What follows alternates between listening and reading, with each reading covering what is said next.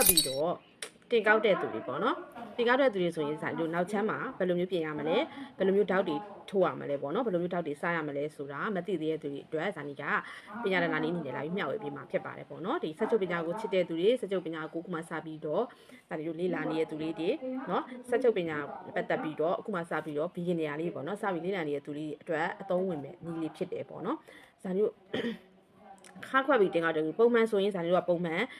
မှန်ခန္ဓာကိုယ်ဆိုရင်ဇာနုခါတိုင်းစားနေကြเนาะလူရဲ့ခန္ဓာကိုယ်မှာဆိုရင်လူခန္ဓာကိုယ်မှာဆိုရင်လူခန္ဓာကိုယ်ကဒီလိုမျိုးမြင်းမတ်ကြီးမဟုတ်ဘူးเนาะဒီလိုမျိုးမြင်းမတ်ကြီးအဖြောင်ကြီးမဟုတ်ဘူးเนาะအဖြောင်ကြီးမဟုတ်ဘူးဇာနုနောက်ကကြည့်မယ်เนาะနောက်ကနေတစ်ချက်ကြည့်မယ်ကွာเนาะဇာနုအခုเนาะဘေးတိုက်တွေရှေ့ရတွေမကြည့်သေးဘူးအခုနောက်ကြောချမ်းကိုဇာနုကပြောမှဖြစ်တဲ့အတွက်နောက်ကြောကိုအရင်ဆုံးကြည့်လိုက်မယ်เนาะနောက်ကြောချမ်းကိုကြည့်လိုက်တဲ့အခါကျရင်ဘယ်လိုဖြစ်နေလဲဆိုတော့ကြောကုန်းကဒီလိုမျိုးလေးလာမယ်เนาะကြောကုန်းဖြစ်တဲ့အတွက်ဇာနုကဒီလိုမျိုးလေးခုံလေးလာမယ်ဟုတ်ကဲ့မနော်ဒီလိုမျိုးလေးเนาะတွေ့လားကြောကုန်းကကြောကုန်းဖြစ်တဲ့အတွက်ဇာတိကဒီလိုမျိုးလေးပြလေးပေါ့နော်ခုံလေးလာမယ်ဒီလိုကြီးအဖြောင်ကြီးမဟုတ်เนาะဒီလိုအဖြောင်ကြီးမဟုတ်ဒီလိုခုံလေးလာမယ်လာပြီးတဲ့ခါကျရင်ဇာတိဓာလေးကိုခါပဲထား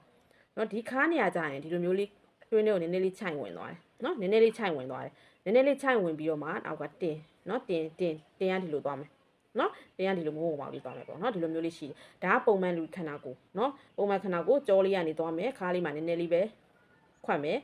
နော်ခါလေးနည်းနည်းကော့မယ်ပြီးရင်ပြီးမှတင်လာမယ်ပေါ့နော်အခုကကြာခါခွတ်တဲ့သူခါခွတ်သွားတယ်ခါခွတ်ဝင်ပြီးတော့တင်ကနောက်ကိုထွက်သွားတယ်ပေါ့နော်တင်ကောက်တဲ့သူပေါ့နော်ခါခွတ်ဝင်သွားဖြစ်တဲ့လူကတင်လေးကနောက်ကိုကောက်တယ်ခါခွတ်ပြီးတော့တင်ကောက်တဲ့သူတွေဆိုရင်ဇာတိတို့အင်ဂျီနောက်ချမ်းမှာဘယ်လိုမျိုးပြင်ရမလဲဘယ်လိုမျိုးတောက်တွေစားရမလဲဆိုဇာတိကပြောပြပေးမယ်ပေါ့နော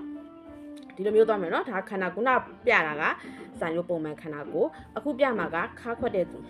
သူဆိုရင်ဇာတိတို့ဒီမှာကြောကုန်းရှိမယ်ကွာသူ့ရဲ့ကြောကုန်းနော်သူ့ရဲ့ကြောကုန်းလာမယ်ကြောကုန်းလာပြီးတော့ဒီလိုနေရာကြတော့ဇာတိတို့ဒီလိုမျိုးတော်တော်ကြီးကိုကွာတော်တော်ကြီးကိုဒီလိုမျိုးခွက်ဝင်သွားတယ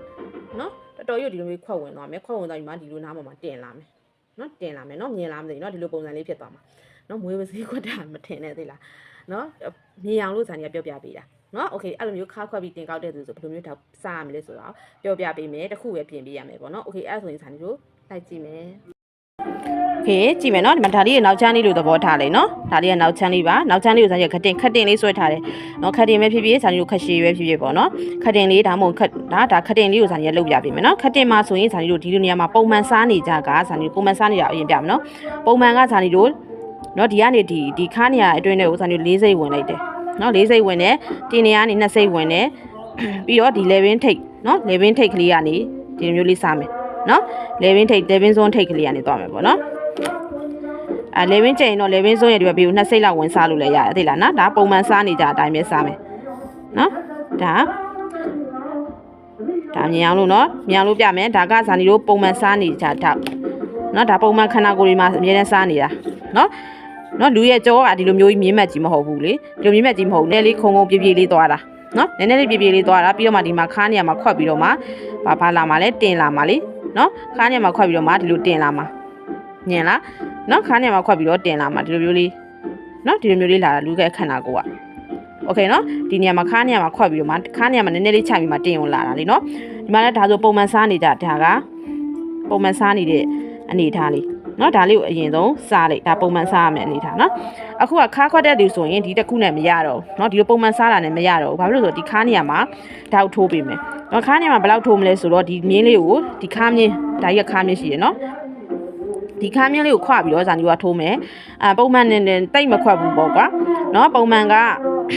နော်နည်းနည်းပဲခွက်တယ်ဆိုရင်ပေါ်2စိတ်အောက်2စိတ်4စိတ်ပဲထိုးမယ်တကယ်လို့နည်းနည်းလေးပို့ပြီးတော့ခွက်တယ်ဆိုရင်3စိတ်သွားလို့ရတယ်6စိတ်တောက်ထိုးမယ်ဒါမှမဟုတ်ရင်တလက်မတောက်ပေါ့နော်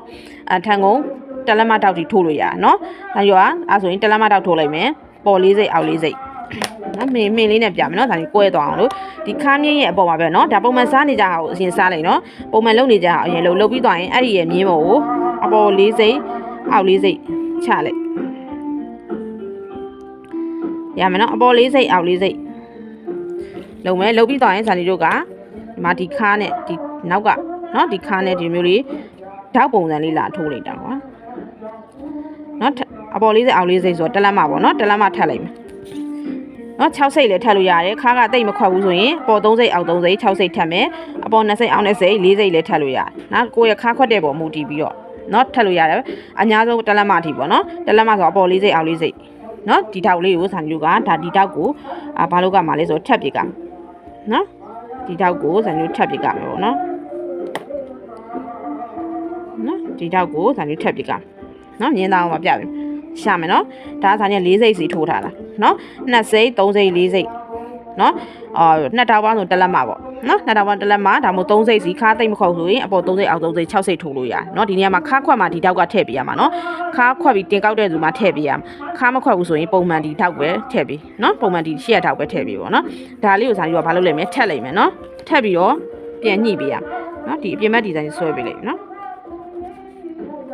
နော်ပြင်ဘက်ဒီဆွဲမယ်ဆွဲပြီးတော့အဲဇာနီဒါလေးကိုထက်မယ်နော်တိတ်လို့မယ်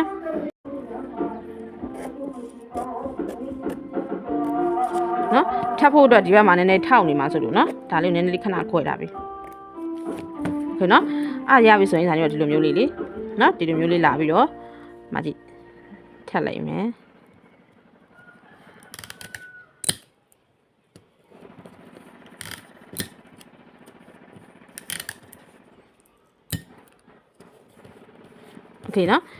โอเคနော်ဒီလိုမျိုးလေးထားလိုက်တဲ့ခါကျရင်တွေ့လားပြီးရင်ရှေ့ကိုပြန်ညှိပေးမယ်နော်ဒီမှာထပ်လိုက်တဲ့အတွက်ဒီမှာတိုးသွားပြီဆိုရှေ့မှာဘယ်လောက်ရှိလဲခုနအရှည်လေးကိုပြန်ပြီးတော့ပြန်ညှိပေးမယ်နော်ရှေ့အရှည်လေးကိုဒီမှာ4စိတ်ထပ်လိုက်တယ်တလက်မကုံသွားဖြစ်တဲ့အတွက်အောက်ကိုတလက်မထပ်ချပေးရနော်အဲ့ဒါလေးကိုတလက်မချပေးမယ်နော်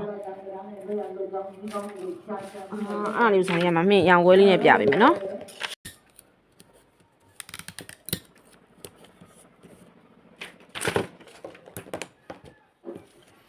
နားလေလားခုနဒီမှာ4စိတ်ဆိုဒါမျိုးတက်လက်မထပ်လိုက်တာဒီနေရာကိုတက်လက်မထပ်လိုက်တဲ့အတွက်အောက်ကိုတက်လက်မပြန်ပြီးတော့ချပေးရမယ်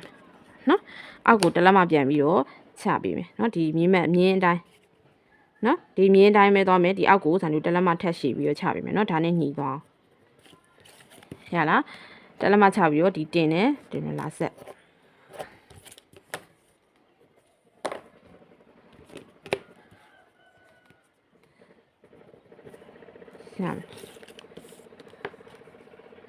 နော်ကိုက6စိတ်3စိတ်6စိတ်ထက်တယ်ဆိုရင်လေဒီမှာ6စိတ်အောက်ကိုထက်ချပြီနော်သူစားလာတာဟာပြန်လို့နော်ဒီမှာမြင်းတွေလွဲသွားရင်မြင်းတွေကိုတခါပြန်ပြီးတော့ညှိသူကပုံမှန်လူတွေထက်ပို့ပြီးတော့ခွတ်သွားတာပေါ့ကွာပုံမှန်ခန္ဓာကိုယ်ထက်ဒီနေရာပို့ပြီးခွတ်ပြီးဝင်သွားတာနော်ဒီနေရာကြီးကပို့ခွတ်သွားပုံမှန်ဆိုဒီနေရာမှာပြေလေးပဲရှိတာနော်ဒီနေရာပြေလေးပဲဖြစ်မှာဒါခါခွက်ပြီးတော့တင်ကောက်တာဖြစ်တဲ့ကြောင့်ခါနေရာမှာတော်တော်ခွက်ဝင်လာပြီနော်ဒီမှာဒီတောက်ကထက်လိုက်တာဖြစ်တဲ့အတွက်ပေါ့နော်ဒါတိတ်နေမလို့နော်ဒီတောက်ကထက်လိုက်တာဖြစ်တဲ့အတွက်ရလားမနော်ပို့ပြီးတော့ထုတ်လိုက်တဲ့ဟာနော်တလက်မတိုးသွားမှာဖြစ်တဲ့အတွက်တလက်မတောက်ထက်ထားတလက်မကိုအောက်ကိုပြန်ပြီးတော့ချပေးရရမလားနော်ပြီးရင်ဒီမှာတောက်တွေရိုင်သွားရင်ဒီတောက်တွေကိုပြန်ဆွဲပေါ့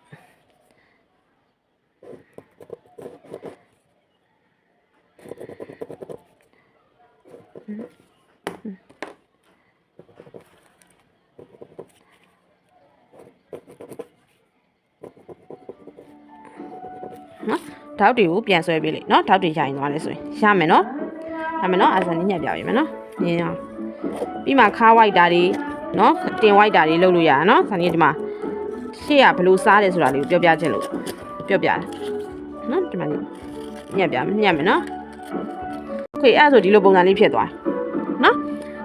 ရမလားဒါခါခွက်ပြီးတော့တင်ကောက်တဲ့သူတွေအတွက်နော်တင်ကောက်တဲ့သူတွေအတွက်ဆိုရင်တင်ကဒီမှာပို့ပြီးတော့ကြီးနေမှာပေါ့နော်ဒီနေရာမှာတင်ဝိုက်မယ်ဆိုရင်ပို့တလက်မတက်ပြီးတော့ဒါမျိုးဝိုက်လို့ရတယ်နော်တလက်မတက်ပြီးတော့ဒီလိုမျိုးလေးထောင်နာဝိုက်ကလေးဝိုက်လို့လဲရနော်ဒါကတော့နော်ခရီးနေမှာလောက်တာပေါ့နော်အဲဆိုတင်လေးလာရှာမလားနော်ဒီမှာကြည့်နော်ဒီထဲကိုကြောရိုးမရနေလာပြီးဒီကိုခွက်ဝင်သွားတယ်ပြီးတော့မှဒီအောက်ကိုပြန်ကားထွက်သွားတယ်နော်ဒါကခါခွက်ပြီးတင်ကောက်တဲ့သူတွေဆိုရင်ဒီလိုနီးလေးတိုင်းလောက်ကမယ်ဆိုတော့ဇာနီကပြောပြပေးတာဖြစ်တယ်ပေါ့နော်ရမလားအားလုံးအဆင်ပြေပါစေထောက်ကလေးတွေကိုပြန်ပြီးတော့ဆွဲပေးမယ်နော်ပြန်ဆွဲမယ်ဒီမှာကိုကခါခွက်တာဘယ်လောက်ခွက်လဲနည်းနည်းပဲခွက်တယ်ဆိုရင်2စိတ်စီပဲထိုးပေါ်2စိတ်အောက်2စိတ်4စိတ်အဲဆိုအောက်ကို4စိတ်ပဲချတကယ်လို့တိတ်မခွက်ဘူးပုံမှန်လားအနေလောက်ပဲဆို3စိတ်စီထိုးမယ်ဆိုပေါ်3စိတ်အောက်3စိတ်ဆိုရင်6စိတ်အဲဆို6စိတ်ကိုအောက်ကိုထက်ချပေးနော်အရှိထက်ချပေးမယ်ပေါ်4စိတ်အောက်4စိတ်တလက်မထိုးမယ်ဆိုရင်တလက်မဒီမှာထက်ချပေးနော်ဇာနီကတလက်မထိုးတာဖြစ်တဲ့အတွက်ဒါကို တလက်မအောက်ကိုချပေးလိုက်တာရှာမယ်နော်ဒါကဘယ်လိုလူမျိုးတွေအတွက်လဲဆိုတော့တင်ကောက်ခါခွက်ပြီးတော့တင်ကြီးတဲ့လူတင်ကောက်တဲ့သူတွေအတွက်ဒီလိုမျိုးတောက်ကိုထိုးပေးရတယ်ပုံမှန်လူတွေဆိုဒီတောက်ကထိုးစရာမလိုနော်ဒါလေးပြောပြချင်တာโอเคပါအဆင်ပြေပါစေအကျိုးရှိပါစေဇာနီပါနော်ဗီဒီယိုလေးကအကျိုးရှိသွားတယ်ကိုအတွက်ပညာတစ်ခုရသွားတယ်ဆိုရင် comment မှာ yes လို့မှန်ခဲ့ပြီးအခြားလေးလာနေတဲ့ကိုလိုတငယ်ချင်းတွေရှိတဲ့ဆိုရင်ဖြင့်share ပေးခဲ့ဖို့အမေနဲ့ပေါ့နော်โอเคပါကျေးဇူးအများကြီးတင်ပါတယ်နောက်ပြီးမှပြန်တွေ့မယ်ဇာနီပါ